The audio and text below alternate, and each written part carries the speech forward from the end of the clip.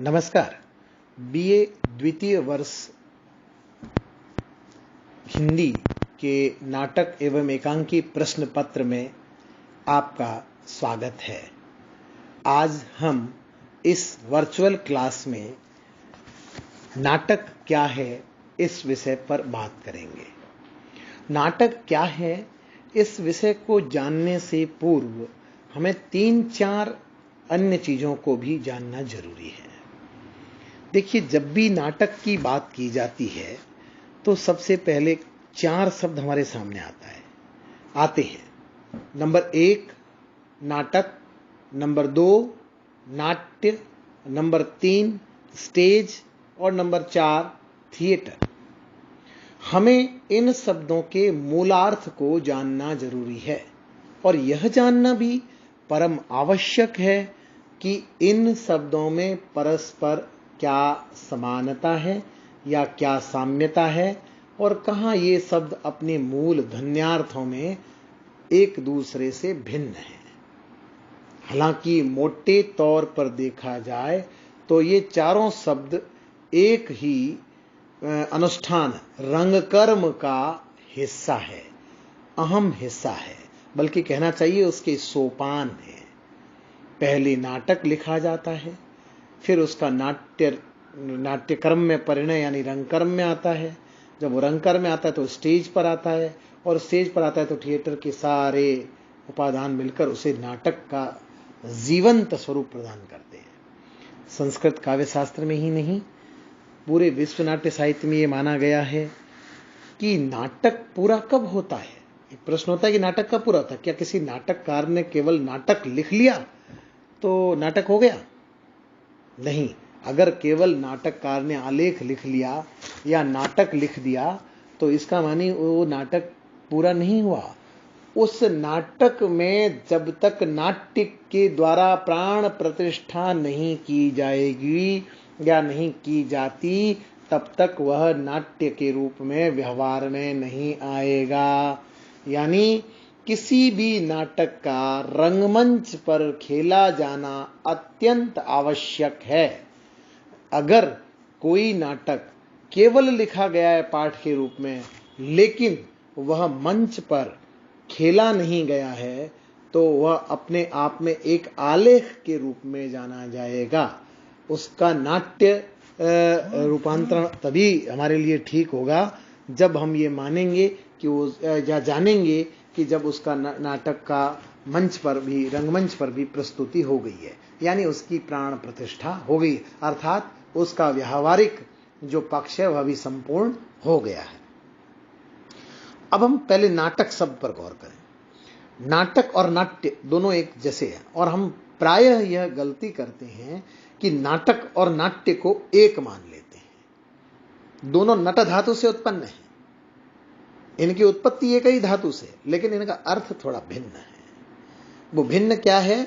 ये भिन्न है कि नाट्य शास्त्र में 10 रूपक का एक उल्लेख आता है। तो 10 रूपक नाटक के प्रकार बताए गए हैं। उसमें पहला जो भेद है वह है नाटक। ठीक है।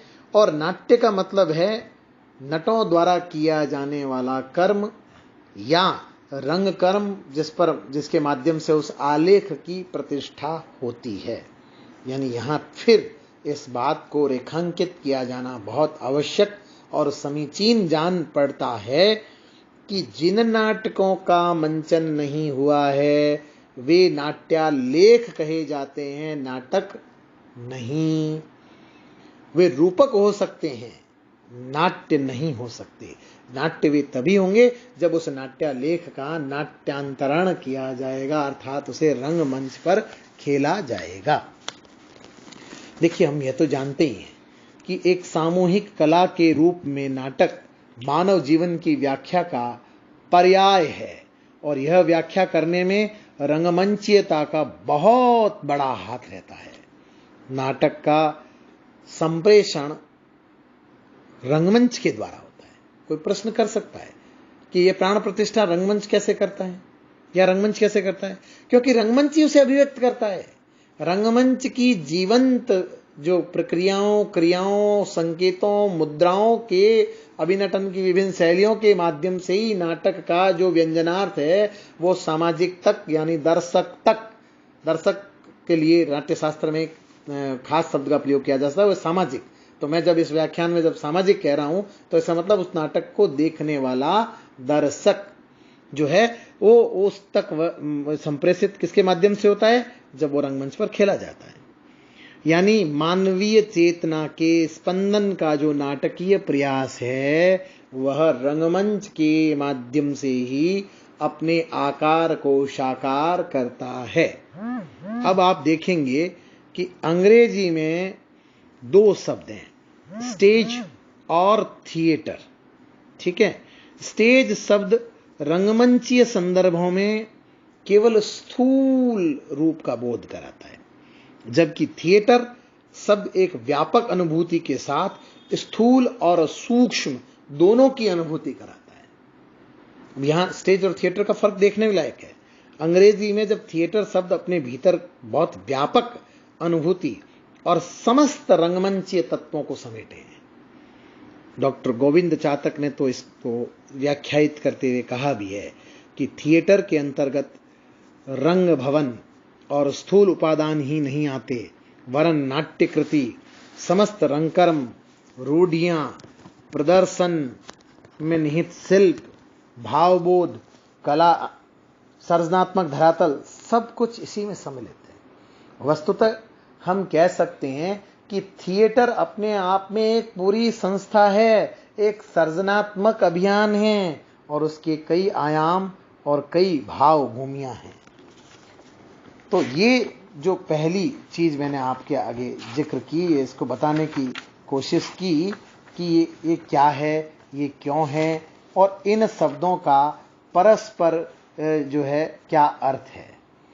अब आप ये देखें कि भरत मुनि जो हैं वो जब नाटक जो है उसके बारे में वो क्या कहते हैं।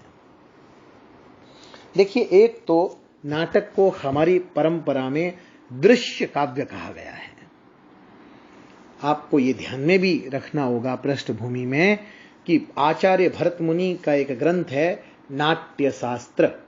नाट्य शास्त्र को पंचम वेद की संज्ञा भी दी जाती है और नाट्य शास्त्र नाटक के संबंध में विश्व साहित्य का एकलौता ऐसा ग्रंथ है जिसमें नाट्य चिंतन, साहित्य, रंगमंच की सुदीर्घ और विविध वर्णी परंपराओं का सांगोपांग वर्णन है। तो उसमें जब वो नाटक को दृश्य काव्य कहता है, क्या कहता है, वह नाटक को दृश्य काव्य कहता है। यानी नाटक एक तरह की कविता है, क्योंकि संस्कृत की परंपरा में सब कुछ काव्य था। ये भेद तो बाद में हमने किया कि ये काव्य जो है पद्य में है और गद्य जो है वहां। तो आप देखिए कि संस्कृत की परंपरा में जो कोई वैद्य है उसको कविराज कहा जाता था। आज भी कई वैद्य अपने नाम के आगे कविराज लगाते हैं। संस्कृत के सारे मूल जो ज्योतिष के ग्रंथ हो, चाहे खगोल विज्ञान के ग्रंथ हो, चाहे गणित के ग्रंथ हो, वो शब्द श्लोक में लिखे गए हैं। इसलिए एक विशद अर्थ में, एक व्यापक अर्थ में सब कुछ काव्य था। लेकिन नाटक को दृश्य काव्य कहा गया, यानी ऐसी कविता जिसे केवल सुना नहीं जा सकते, जो केवल श्रव्य नहीं हो, उसको देखा भी जा सकता हो। देखिए, नाटक एक और चीज है जहां शब्द कला के अन्य रूप जो हैं वो एकांतिक कर्म है। वहीं नाटक, चाहे शास्त्रीय नाटक हो और चाहे लोक धर्मी नाटक हो, वे हमेशा एक सामाजिक, सामूहिक और सार्वजनिक कर्म के रूप में देखे जाने, पहचाने जाएंगे। यानी नाटक एक सामूहिक और सार्वजनिक कर्म है। अब जब सामूहिक कर्म है तो श्रम विभाजन के स्तर बनना भी वहां स्वाभाविक ही है। लेकिन उसके 3 प्रमुख अंग होते हैं नाटक के। किसी भी नाटक में 3 प्रमुख अंग होंगे। कौन कौन से होंगे?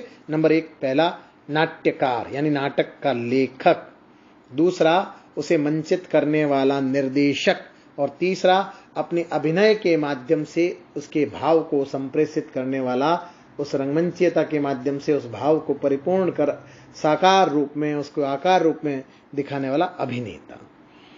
ये जो इन तीनों के बीच श्रम विभाजन है वो बहुत स्पष्ट और स्वायत्त धर्मी नहीं हो सकता। यद्यपि ऐसा करने की कोशिशें निरंतर जारी हैं, पर इन तीनों का जो आपसी संबंध है एक यानी इन तीनों की आपसी हार्मनी है, सुसंगति जो है वही किसी भी नाट्य कर्म की सफलता का मूल होती है। नाटक को अन्य शाब्दिक और शब्देतर कलाओं का समागम भी माना जाता है। ये आपको ध्यान में विशेष रखना है। गौर से पुनः इस वाक्य को सुनिए। नाटक को अन्य शाब्दिक और शब्देतर कलाओं का समागम माना जाता है। आधुनिक रंगमंच के संदर्भ में ये कहें तो आप गौर करिए, चित्रकला, ध्वनि कला, स्थापत्य और अन्य कलाएं, ये सब नाटक के अनुषंग के रूप में कार्य करती है। किसी एक नाटक में ये इन सभी कलाओं का समावेश आसानी से देखा जा सकता है।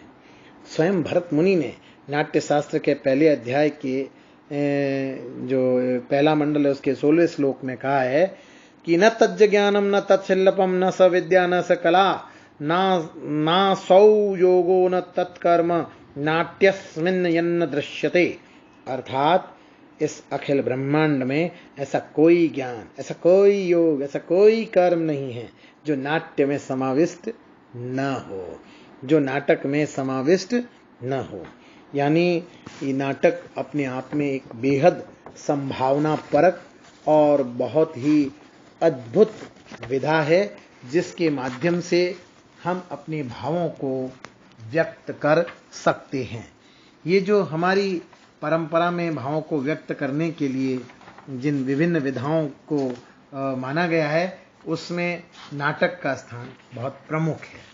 तो आपने ये देखा कि किस तरह से भारतीय नाट्य परंपरा एक लंबी अजस्र रूप से चली आ रही परंपरा के रूप में है।